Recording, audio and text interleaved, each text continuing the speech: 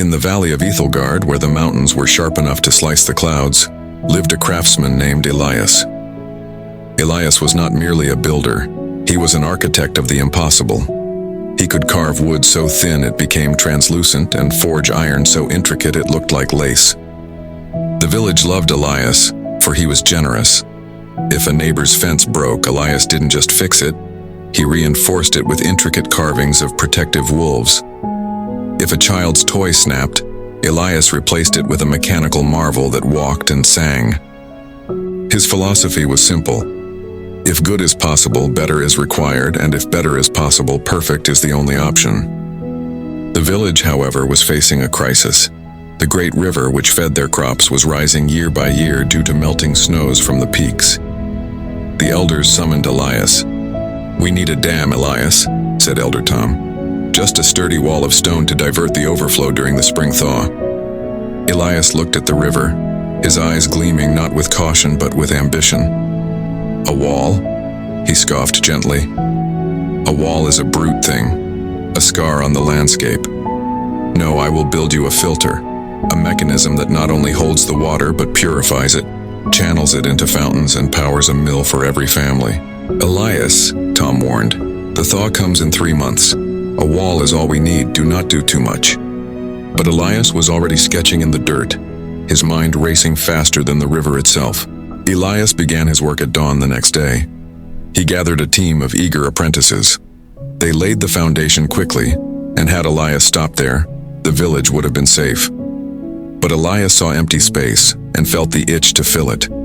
Why use simple stone when we can use reinforced granite inlaid with copper veins to conduct heat and prevent freezing? Elias proposed.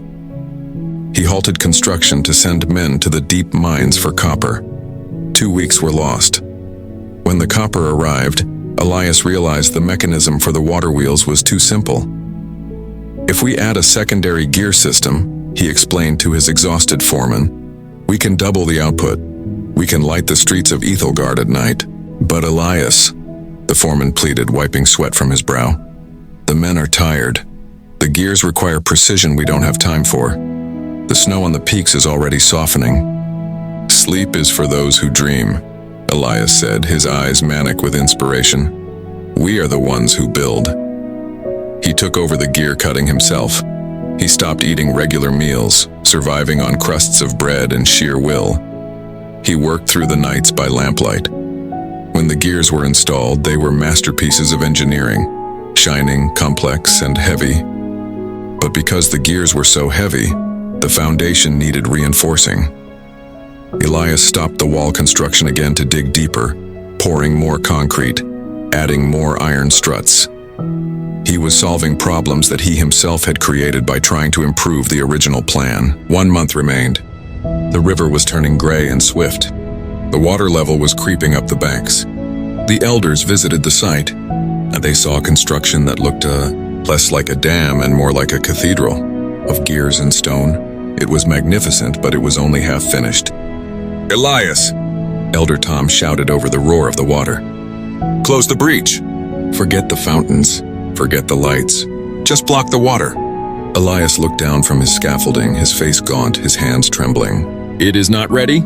If I close it now, the aesthetic symmetry will be ruined. The pressure valves aren't calibrated. It will be a clumsy job. It will be a finished job," Tom retorted. Elias refused.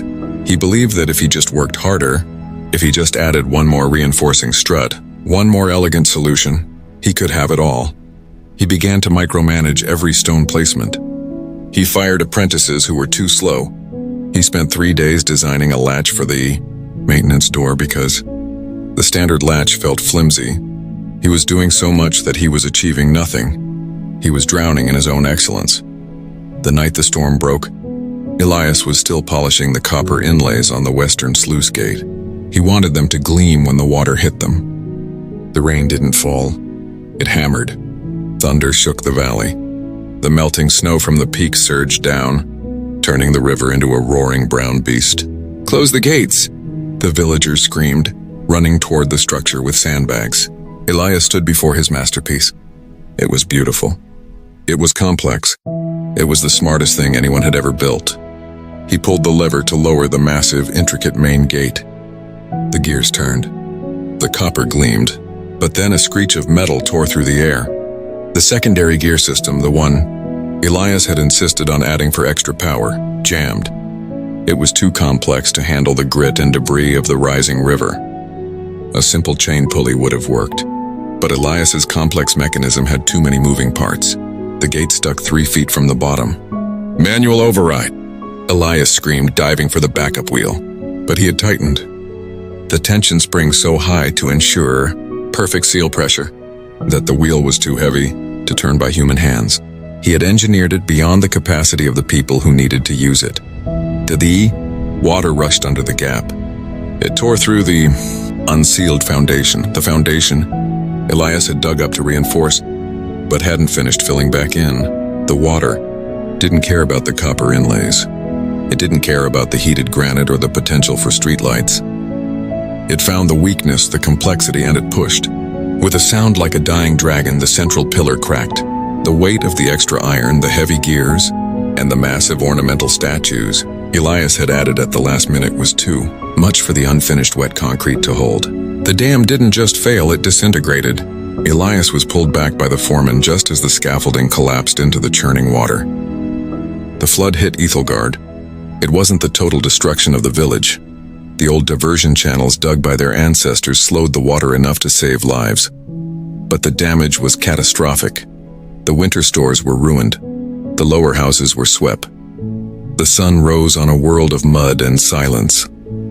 Elias sat on a rock staring at the wreckage.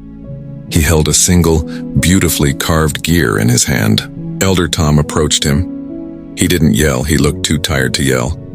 "It would have been magnificent, Elias," Tom said softly. "It wasn't finished," Elias whispered, tears cutting tracks through the dust on his face.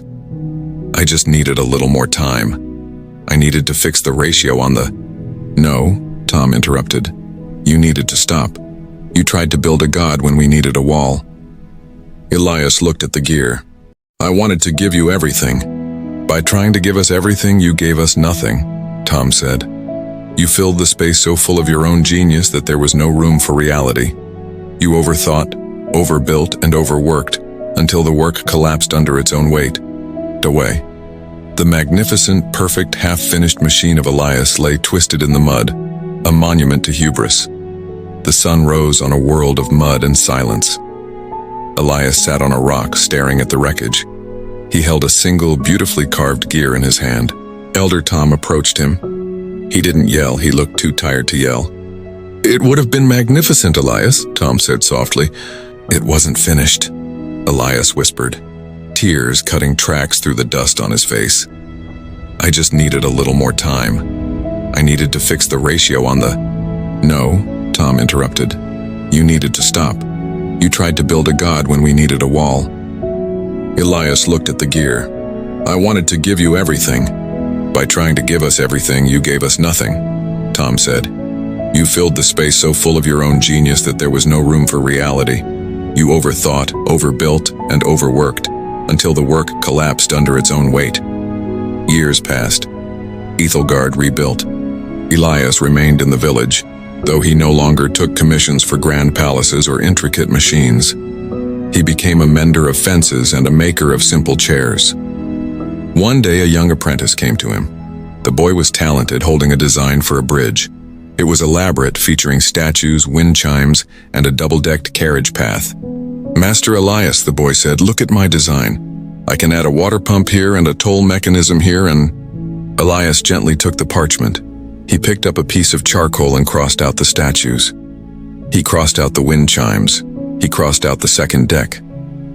"But master," the boy cried, "you are removing the beauty. You are doing too little." Elias led the boy to the riverbank where a simple, sturdy wall now stood. It had no copper veins, it had no gears. It was just heavy stones piled with knowledge and sealed with mortar. Moss grew on it. It was quiet. It worked. "There is a difference between laziness and restraint," Elias told the boy. "Laziness is doing too little because you do not care. Restraint is doing just enough because you care about the outcome more than your own ego." He handed the simplified drawing back to the boy. "Build the bridge so it stands," Elias said. Then, and only then, if it holds the weight of the world, may you carve a single flower into the handrail, but not a moment before. The story of Elias teaches us the danger of the law of diminishing returns. When we do too much, whether it is overworking, over-explaining, over-analyzing, or over-pleasing, we eventually cross a threshold where our effort stops adding value and starts destroying what we have already built.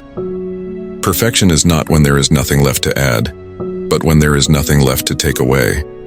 Sometimes the most powerful thing you can do is stop when the job is done.